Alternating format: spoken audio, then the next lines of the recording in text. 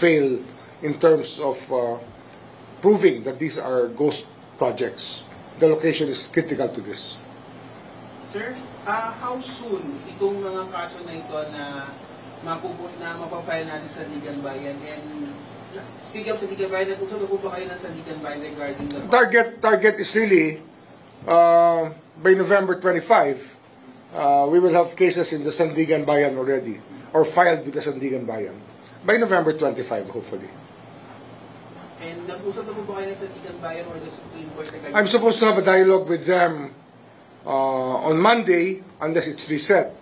And but I also have to talk to the Supreme Court about some matters pertaining to jurisdiction or other matters that pertain to the way the courts are structured. Regarding dun sa officials, may mga sabi nga higher officials, including senators? Ano na, basta indictable na sila ba yan? Indictable sila sa Sandigan Bayan. That should give you a clue enough. Don't get it from me because you won't get it from me.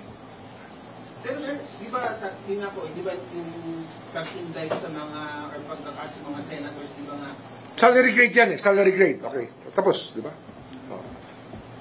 Sir, yung sa November 25, yung from the DOJ po? Ano bang day yung November 25? Ano man Tuesday. Mga by that time. Yan po yung manggagaling sa DOJ. Meron manggagaling doon, tsaka may manggagaling dito, I suppose. Sir, ito na yung SunWest? Baka kasama yan. Baka kasama yan. Sir, tama po ba hindi po nakapag-file si Congressman Zaldigo ng kanyang counter-affidavit? I'm not on top of fact-finding or PI, but definitely they're doing what due process, what it takes to give due process to people.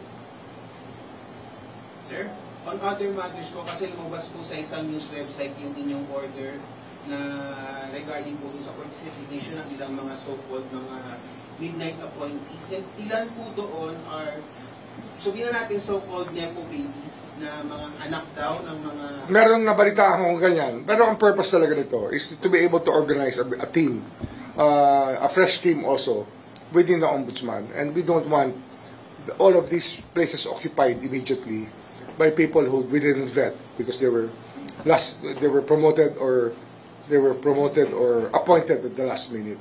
Siguro naman that's understandable, but we want to form new teams to inject new blood into the organization.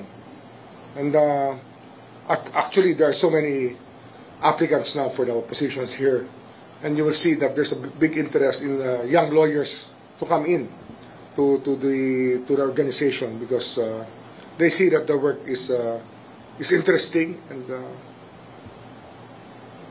challenging. Nag-file na po ba ng court resignation ng mga sinasabing mga so-called na mga nepo babies dyan sa ombudsman na in-appoint daw po ng previous administration? Have they filed their court resignation? I don't know yet. I have to see that yet. I'm not. I've been here for 19, 20 days, but we expect compliance with the as a matter of good faith from everybody concerned, and those who want to hold out can hold out. But of course, there can be consequences. Sir, last question na lang on this issue na lang for me. Ano po bang hinahanap ninyo sa isang possible na magtatrabaho sa ombudsman? Ano po ba yung kanyang dapat requirements po ba? Should he or... Passion for work.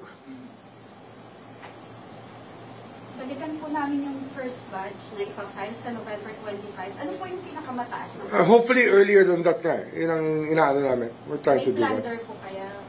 Or... Plunder is overrated. Through all these years, I think there's only been one conviction for plunder.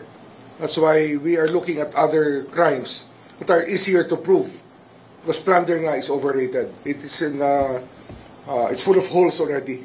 And all the jurisprudence about plunder has just explained that it's very hard to pass the test. Sir, regarding with yung mga news sa ICN na sinasabi kanina, prior yung pag-submit ng ICN yung case, yung mga nakapag-usap pa sa inyo dun sa akin, yung mga nabanggit na sa Wala. Marami nangangamusta through friends Kaya lang, hindi ko na trabahong makipagkamustahan, di ba? Ang trabaho natin dito, gawin talaga yung nararapat para sa hustisya. Sir, update lang po doon sa sinasabi niyo po magte-tell all sana na ex-congressman and Cavite. Nawala eh. I think I said too much. May culpa. Kasi nga, nung nalaman, maraming kumausap yata sa kanya. So, dadalawang isip na po, sir. Dadalawang isip. Pero, patatawag pa rin namin. Baka kailan kaya, sir, possible? I'm sure after this weekend. Kasi, vacation mode na lahat ng tao eh. Diba? That's how our country is. Ganun talaga tayo. Sir, balikan ko lang po yung flood control. Doon po sa mga hawak niyo po mga reklamo dito po sa Ombudsman, meron po bang aakyat na po ulit ng PI? Meron. Yung nire-refer kanina ni Yusek Andres will undergo PI. We will delegate it. What they're investigating, i-delegate na rin namin ang PI sa kanila. Kasi nga, para hindi na magdoble yung effort. Kasi, pag sila nag-investigate, babato rito, mag-PI, getting to know yun na naman yung witnesses. Eh dito, they've been working at it. They've been working with the witnesses already. Kaya, we'll just delegate the work to the DOJ for that portion. Pero sir, what about yung mga earlier file po? Like yung... Ongoing na mga PI eh. Ongoing na. There are 24 cases right now. 24 plus the ones filed today. Marami ng kasong undergoing PI. Meron pang ibang fact-finding. Pero may nagpi-PI na, I think, 4 or 5 cases, sabi. Yes, sir. The first batch of 13, sir, by the DPWH and COA are also Under PI already, yes. DPWH and COA filings are now undergoing preliminary investigation. 13 of them. Sir, ito po yung, if I'm not mistaken, Discayas, Wawaw, Sims, Yes. Construction. Yes. But sir, itong first batch na ipa-file, yung ready for filing sa November 25, mga ilang individuals? Baka sana mas maaga pa nga, no? Marami yan kasi lahat ng contracting companies, we will make the board of directors also liable. I mean, we will hold them liable also for everything that happened. Kaya, mas marami tayong magiging respondents dito. But sa public officials po, mga ilan? Public officials, including the district officers, siguro mga 14, 15 people. And yung mga charges po, ano-ano po kayo? Corruption related. Bribery, indirect bribery, malversation, falsification. Yan, maraming rito. Maraming involved dito sa mga kasong ito. Kasi nga, ang iniisip lang namin, kung sasama namin, pati yung mga, kasi may kasabihan dito, may sinasabi nga, hanggang janitor daw ng district office kumukuha ng pera eh. Kaya lang, we don't know if we can include everybody in the same charge. Kasi nga, baka naman that's delaying our case too much. Baka we can just file different cases for them. Okay?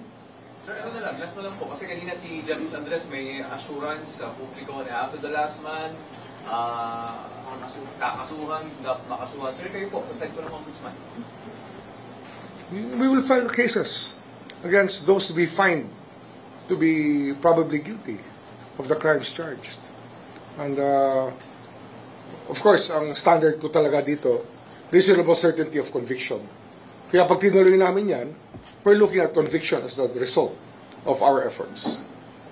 And of course, conviction means jail terms.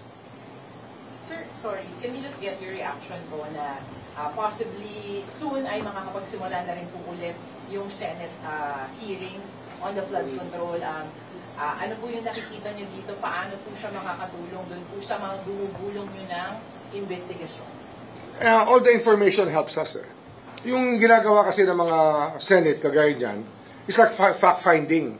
And it gives us sworn statements and transcripts from testimonies where they were under oath. So these are statements we can use in any investigation. Kaya malaking tulong yan sa pag ginawa ng Senate yan. It's going to be a big help to us. Ano yan it's very useful information.